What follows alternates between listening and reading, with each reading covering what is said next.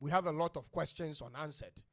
And in this video, I'm going to shock you with what has happened to our great-great-grandfathers and sisters who were taken to Argentina as slaves.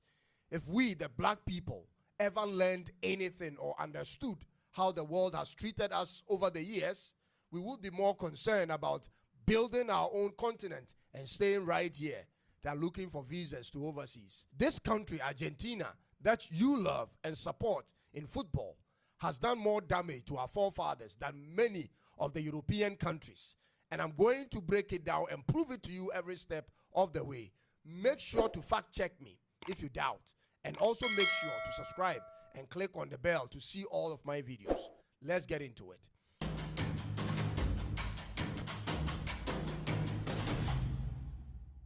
Argentina is not an innocent country, ladies and gentlemen. Argentina has many unanswered questions about what happened to the black slaves from the western coast of Africa who were sent there. You see, from the 16th to the 19th century, tens of thousands of black African slaves were brought to Argentina, mostly through the port of Buenos Aires. I'm talking about some 300 years ago, and I need you to understand in the simplest way, ladies and gentlemen. These enslaved Africans were brought in to work as domestic workers, work on the farms, work in the military, and in the construction and labor industries. They pretty much did so much work in the building of Buenos Aires, the capital city of Argentina, at no charges. Their numbers grew over time, and at one point in the late 18th and early 19th centuries, up to 1/3 of Buenos Aires' population was of African descent. I mean, about 200 to 300 years ago in Argentina, every 1 person out of 3 people in Buenos Aires was a black person.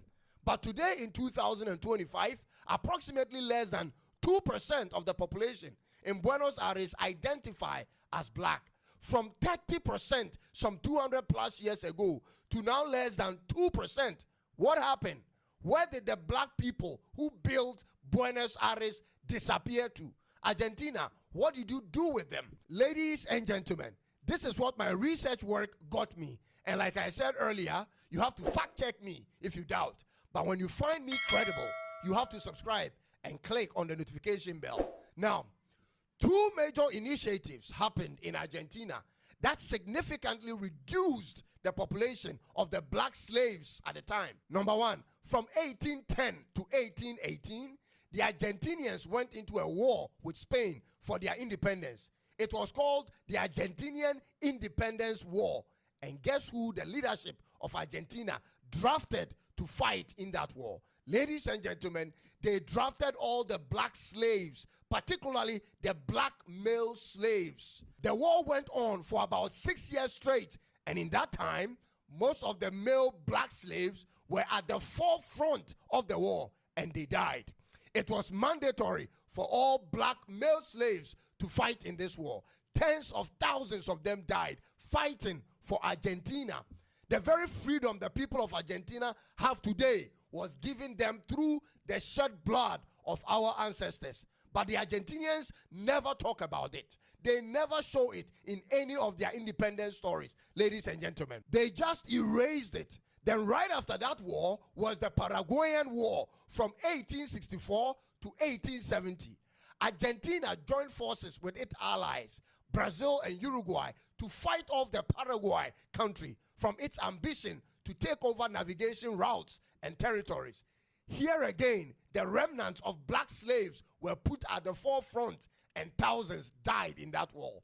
These 2 incidents were the first initiative by the Argentinian leadership at the time that drastically reduced the population of the black slaves in Buenos Aires. It was a deliberate attempt by the Argentinian government to naturally exterminate the black race from their newly independent Argentinian society. Then after building Buenos Aires, after the black people fighting and building Buenos Aires in the wars for the sovereignty of Argentina, the worst thing ever happened to them. The now independent country of Argentina in the late 19th to early 20th century embraced a white European identity as their national identity.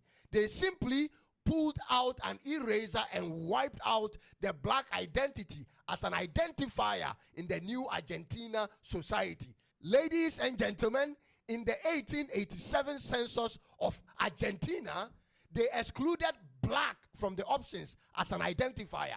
It was only white and other colors. And at this time, the population of the black people were less than 2%. They chose to forget the contribution of the black people. Their immigration policies instead favored Europeans like Italians, Spanish, and Germans. They had forgotten about the existence of the black people, similar to what the Americans did to the black people after their Civil War. They slave you, they abuse you, and then they dump you. And so from 1887 onwards, you could not identify as black even if you were one. This is why we don't see any black people in their politics and in their entertainment industry nor in their football team. They kept disappearing till this day. Where did they all go, ladies and gentlemen? They died in wars for Argentina. As it is now, the only event that recognizes the history and contribution of black people in Argentina is the El Dia de los Afro-Argentinos, which happens on November 8th every year. Again, similar to how America has a Black History Month. Buenos Aires, in a space of 50 years, moved from 30% black population to less than 2%. By 1853, when slavery was completely abolished in Argentina, most of the black men were already dead. And so the black women married white Argentinians, and that's how the black race over time got whitened. They went in black and came out white. The few known black soldiers who were recognized as heroes in the wars were Maria Remedios del Val, who was a nurse. She was wounded, captured, and tortured by Spanish forces severally, but kept returning to the battlefield, ladies and gentlemen. The truth is this: after Argentina's independence, she was left in poverty and had to petition Congress to recognize her service to the nation.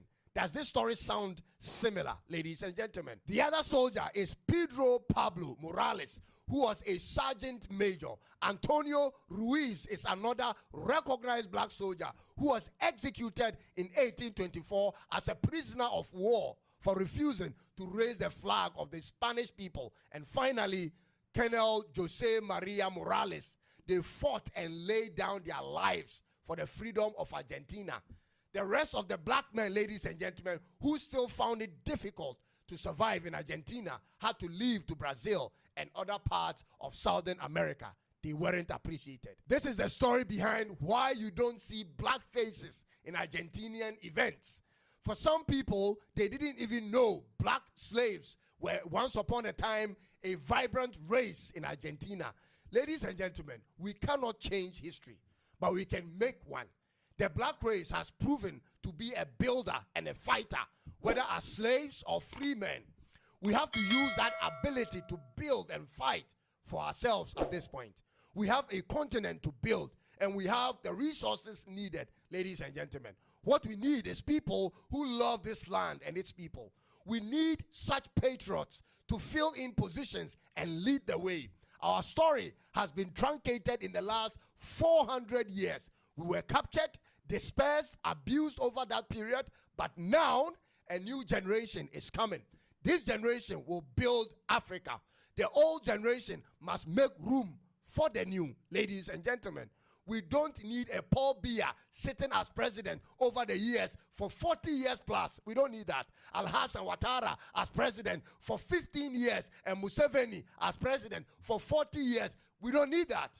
They've served their purpose. They must leave the scene for fresh ideas. There are smart and patriotic young Africans who have ideas that can transform this continent. Don't waste their time. I tell you, don't waste their time. You are just occupying spaces. Make way. The revolution has started, and we need all hands on deck. This is Africa's time to shine, ladies and gentlemen. And to all black people from any corner of the world, you are from here. You are needed here. You are loved here. If Argentina doesn't want you, we have space for you right here. Wherever you live in the world, where they belittle you and stereotype you and abuse you for the color of your skin, maybe it's a sign for you to return home. Start that journey from today. Do your research and book that flight. Start from Ghana, because this is where you were actually exited. Ladies and gentlemen, you are always welcome home, and I invite you to come back home. God bless Africa and keep the fire alive. Be sure to subscribe and click on the notification bell if you haven't. I'll see you in the next one. It is bye-bye.